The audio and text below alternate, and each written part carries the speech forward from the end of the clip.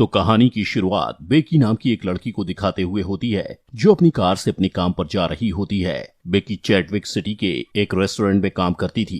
कुछ देर बाद वो रेस्टोरेंट पहुंच जाती है और अपनी कार को पार्किंग एरिया में लगाकर रेस्टोरेंट के अंदर जाने लगती है। तभी उसके पास केविन आता है। केविन भी उसी रेस्टोरेंट में काम करता था। यहाँ से दोनों रेस्टोरेंट के अंदर जाते हैं, जहाँ पर इस रेस्टोरेंट की मैनेजर सैंड्रा बाकी वर्कर्स के साथ इन दोनों का ही वेट कर रही होती है। अब सभी के आ जाने से सैंड्रा सभी वर्कर्स को बताती है कि कल रात किसी ने मेन डोर खुला छोड़ दिया था, जिसकी वजह से किसी ने मेरे $1000 चुरा लिए हैं। सैंड्रा कहती है कि आगे से कोई ऐसा नहीं करेगा, डोर को अच्छी तरह से लॉक करके जाना है। इतना कहकर सैंड्रा सभी को अपना काम करने के लिए कहती है और खुद भी काम में बिजी हो जाती है। थोड़ी देर में धीरे धीरे रेस्टोरेंट पर कस्टमर्स आने शुरू हो जाते हैं। कुछ देर बाद मार्टी जो वहीं काम करती थी वो बेकी के पास जाकर कहती है कि सैंड्रा को लगता है कि तुमने कल रात दरवाजा खुला छोड़ दिया था, लेकिन बेकी उसे कहती है कि दरवाजा असल में केविन ने खुला छोड़ा था और मैं इस बात को सैंड्रा को नहीं बताना चाहती थी क्योंकि इससे केविन की जॉब चली जाएगी। यहाँ पर मार्टी को पता चलता है कि बेकी सच बोल रही है। इसके बाद वो अपने काम में बिजी हो जाती है। कुछ घंटों बाद यानी दोपहर के टाइम रेस्टोरेंट के फोन पर एक कॉल आती है। जैसे ही सैंड्रा उस कॉल को पिक करती है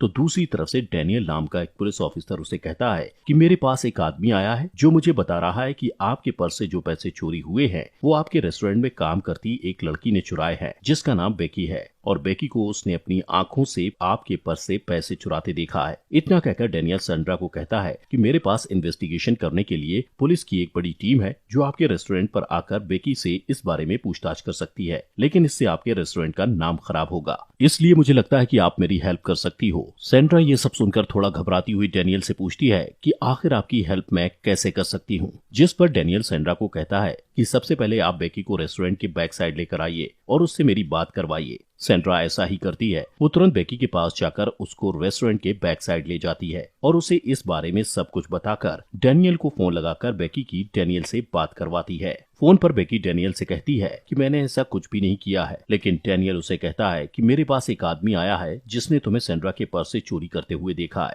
इसके बाद डैनियल बेकी से कहता है कि मेरी सैंड्रा से बात करवाओ। डैनियल सैंड्रा से कहता है कि आपको बेकी के पर्स की तलाशी लेनी होगी, जिससे सैंड्रा तुरंत बेकी का पर्स उठा लेती है और साथ ही बेकी को वार्निंग देती है कि अगर तुम्हारे पर्स से मुझे मेरे पैसे मिले तो मैं तुम्हें अभी के अभी नौकरी से निकाल दूंगी। वह यहाँ पर सैंड्रा बेकी के पर्स को चेक करती है, लेकिन उसे ऐसा कुछ भी नहीं मिलता। सैंड्रा डैनियल को कहती है कि मुझे बेकी के पर्स से कुछ भी नहीं मिला, जिस पर डैनियल उसे कहता है कि बेकी को रेस्टोरेंट में ही पकड़ कर रखो। साथ ही वो सैंड्रा को ये भी कहता है कि आपको मेरी फोन कॉल पर ही मदद करनी होगी। सैंड्रा उसे कहती है कि बेकी ने पहले कभी ऐसा गलत काम नहीं किया है, लेकिन डैनियल उसकी बात का विश्वास नहीं करता और कहता है कि अगर बेकी निर्दोष निकली तो इसकी जिम्मेदारी मैं खुद लेता हूँ और जो भी सजा मुझे कानून देगा मैं उसे कबूल करूंगा। सैंड्रा बेकी की दोबारा डैनियल से बात करवाती है और बेकी डैनियल को समझाने की कोशिश करती है कि सर मैंने आज तक कभी भी ऐसा गलत काम नहीं किया है और मैं चोर नहीं हूँ। ये सुनकर डैनियल बेकी को 2 ऑप्शन देता है। पहला ये कि बेकी को चोरी के जुर्म में जेल जाना होगा और दूसरा ये कि बेकी को अपने सारे कपड़े उतारकर सैंड्रा को उसकी तलाशी लेने देनी होगी। ये 2 ऑप्शन सुनकर बेकी के पैरों तले जमीन खिसक जाती है, लेकिन वो जेल नहीं जाना चाहती थी, इसलिए वो अपने कपड़े उतारकर सैंड्रा को उसकी तलाशी लेने के लिए तैयार हो जाती है। लेकिन वो डैनियल से रिक्वेस्ट करती है कि जब सैंड्रा उसकी तलाशी ले तो उसके पास मार्टी वहाँ मौजूद रहे। डैनियल बेकी की इस बात के लिए मान जाता है। वहीं सैंड्रा को यहाँ पर थोड़ा शक होता है और वो डैनियल से पूछती है कि क्या वो किसी फोन बूथ से बात कर रहा है या फिर वो किसी तरीके से उन्हें देख रहा है। सैंड्रा की इस बात का डैनियल कोई जवाब नहीं देता और सैंड्रा भी मन ही मन डरी हुई थी, इसलिए वो बात को इग्नोर करके मार्टी को लेने चली जाती है। सैंड्रा मार्टी के पास जाकर उसे इस मामले के बारे में सब कुछ बताकर अपने साथ रेस्टोरेंट के बैक साइड ले आती है। इसके बाद बेकी अपनी तलाशी देने के लिए एक एक करके अपने सारे कपड़े उतार देती है और सैंड्रा बेकी के सारे कपड़ों को चेक करती है, लेकिन उसे कुछ नहीं मिलता। इसके बारे में वो डैनियल को बताती है। डैनियल सैंड्रा को कहता है कि आपको बेकी के अंडरगारमेंट्स भी चेक करने होंगे। अब मजबूरी में बेकी को अपने अंडरगारमेंट्स भी उतारने पड़ते हैं और वो पूरी तरह से न्यूड हो जाती है। लेकिन वहां खड़ी मार्टी को ये देखकर बेकी पर बहुत दया आती है, इसलिए वो एक अप्रॉन उठाकर बेकी को पहनने को देती है। वहीं डैनियल सैंड्रा को कहता है कि आपके रेस्टोरेंट के बाहर एक कार खड़ी है जिसमें आपको बेकी के सारे कपड़े रखने होंगे, जिन्हें मैं बाद में अच्छे से चेक करूंगा। सैंड्रा बेकी के कपड़े बाहर उसकी बताई हुई कार में रखकर वापस आकर मार्टी को वापस काम करने के लिए भेज देती है और डैनियल को कहती है कि आपने जैसा कहा था मैंने वैसा कर दिया। इतना कहकर वो डेनियल से कहती है कि मुझे भी अब अपने काम पर जाना है, वरना हमारा धंधा चौपट हो जाएगा। इस पर डेनियल कहता है कि ठीक है, आप अपने काम पर चले जाओ, लेकिन बेकी पर नजर रखने के लिए किसी आदमी को बुला लो। उसकी इस बात को मानकर सैंड्रा केविन के पास जाकर उसे इस बारे में सब कुछ बताकर उसे अपने साथ रेस्टोरेंट के बैक साइड ले आती है और उससे कहती है कि तुम्हें बेकी पर कुछ टाइम नजर रखनी होगी। केविन, जो कि बेकी का काफी अच्छा दोस्त था, जब वो बेकी को बिना कपड़ों के बैठा देखता है तो वो गुस्से से भर जाता है और डेनियल को गुस्से से समझाता है कि बेकी चोर नहीं है, वो कभी भी ऐसा नहीं कर सकती। वहीं डेनियल केविन से कहता है कि तुम्हें बेकी की तलाशी लेनी होगी। इसे सुनकर तो केविन को और ज्यादा गुस्सा आ जाता है और वो कहता है कि तुमने बेकी के सारे कपड़े उतरवा दिए हैं और अब भी तुम उसकी तलाशी लेने को बोल रहे हो। केविन पूछता है कि अब कौन सी तलाशी लेनी है, जिस पर डेनियल केविन से कहता है कि तुम्हें बेकी के प्राइवेट पार्ट्स की तलाशी लेनी होगी। ये सुनकर केविन डेनियल को गाली देता है और कहता है कि भाड़ में जा तू और तेरी तलाशी। इतना कहकर वो बाहर आने लगता है और अचानक वो सैंड्रा से टकरा जाता है जो वहीं आ रही थी। वो सैंड्रा से कहता है कि सॉरी, इस मामले में मैं आपकी कोई मदद नहीं कर सकता। सैंड्रा डेनियल से बात करती है, जहां डेनियल उसे बताता है कि केविन बेकी पर नजर रखने के लिए सही आदमी नहीं है। डेनियल सैंड्रा से पूछता है कि आप किसी ऐसे आदमी को जानती हो जो बेकी पर अच्छे से नजर रख सके, जिसके जवाब में सैंड्रा उसको अपने मंगेतर के बारे में बताती है। डेनियल कहता है कि आपको अपने मंगेतर को इस काम में उनकी मदद करने के लिए बुलाना होगा। सैंड्रा को काफी अजीब लगता है, लेकिन वो बिना कुछ सोचे समझे अपने मंगेतर, जिसका नाम वॉन था, उसे रेस्टोरेंट में बेकी पर नजर रखने के लिए बुला लेती है। लेकिन वैन काफी नशे में था। सैंड्रा वैन को इस मामले के बारे में सब कुछ समझा देती है और वैन को बेकी के पास नजर रखने के लिए छोड़कर वापस अपने काम पर चली जाती है। वहीं डेनियल वैन से कॉल पर बात करता है और उसे कहता है कि तुम्हें बेकी को एप्रॉन निकालने के लिए कहना होगा, लेकिन वैन इतना भी नशे में नहीं था कि वो इस बात को समझ ना पाए। वो डेनियल को ऐसा करने से मना कर देता है। डेनियल वॉन को कहता है कि मेरी बेकी से बात करवाओ। डेनियल बेकी से कहता है कि अगर तुम्हें जेल जाने से बचना है तो तुम्हें वही करना होगा जो वैन तुमसे कहेगा। आखिरकार बेकी ऐसा करने पर मजबूर हो जाती है और वैन के सामने ही अपना एप्रॉन उतारकर फिर से पूरी तरह से न्यूड हो जाती है।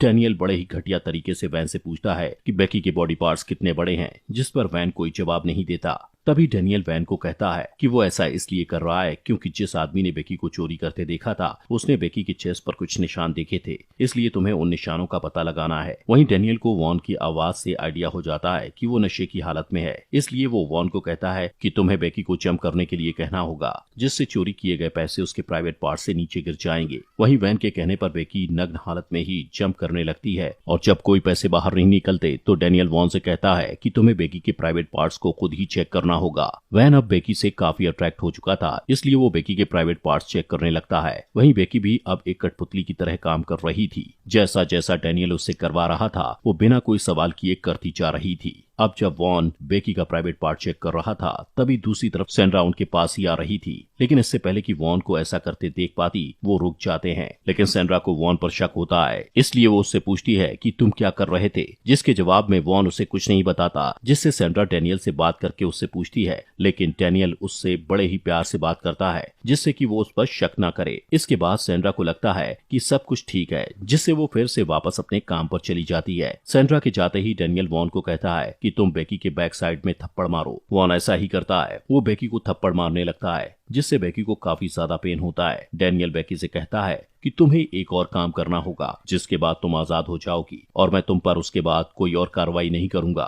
डेनियल कहता है कि तुम्हें वॉन के साथ इंटीमेट होकर उसे पूरी तरह से खुश करना होगा। ये सुनकर बेकी पहले तो हिचकिचाती है, लेकिन अब उसे इस सब से आजाद होना था, इसलिए वो इस घिनौने काम को करने के लिए तैयार हो जाती है। कुछ टाइम के बाद सैंड्रा उन दोनों के लिए खाना लेकर आती है, जहाँ वो देखती है कि बेकी और वैन दोनों चुपचाप बैठे हैं, जिसका मतलब कि वॉन बेकी के साथ इंटीमेट हो चुका था और अब रात भी हो चुकी थी। वॉन अपने किए पर शर्मिंदा था और अब उसका नशा भी काफी उतर चुका था। वो बेकी से नजर नहीं मिला पा रहा था। सैंड्रा को ये देखकर कुछ भी समझ नहीं आता कि वहाँ आखिर क्या हुआ है। तब सैंड्रा डेनियल से कॉल पर बात करती है तो डेनियल उसे बताता है कि वॉन काफी थक चुका है, इसलिए उसे घर भेज दो। जिसके बाद वॉन वहाँ से चला जाता है। वो कार में बैठकर अपने दोस्त को कॉल करके अपने घर बुलाता है और उसे ये सब बताता है कि उसने नशे की हालत में कितनी बड़ी गलती कर दी है। अब उसे अपने किए पर पछतावा हो रहा है। वहीं दूसरी तरफ रेस्टोरेंट में सैंड्रा का एक दोस्त उससे मिलने आता है। उसे देखकर सैंड्रा काफी खुश होती है। वहीं रेस्टोरेंट की बैक साइड में बेकी देखती है कि इस पूरे रेस्टोरेंट में कैमरे लगे हुए थे, मतलब कि जो भी वॉन ने उसके साथ किया था वो रेस्टोरेंट के कैमरास में रिकॉर्ड हो चुका था। वहीं सेंड्रा हैरोल्ड को बेकी के बारे में सब कुछ बताकर उसे कुछ समय के लिए बेकी की निगरानी रखने के लिए मना लेती है और उसे बैक साइड बेकी की निगरानी के लिए छोड़कर अपने काम पर वापस आ जाती है। जिसके बाद डैनियल जब हैरोल्ड से बात करता है तो हैरोल्ड को वॉन ने जो बेकी के साथ किया था वो सब कुछ बता देता है और फिर हैरोल्ड को भी कहता है कि तुम्हें भी बेकी के साथ इंटीमेट होना होगा।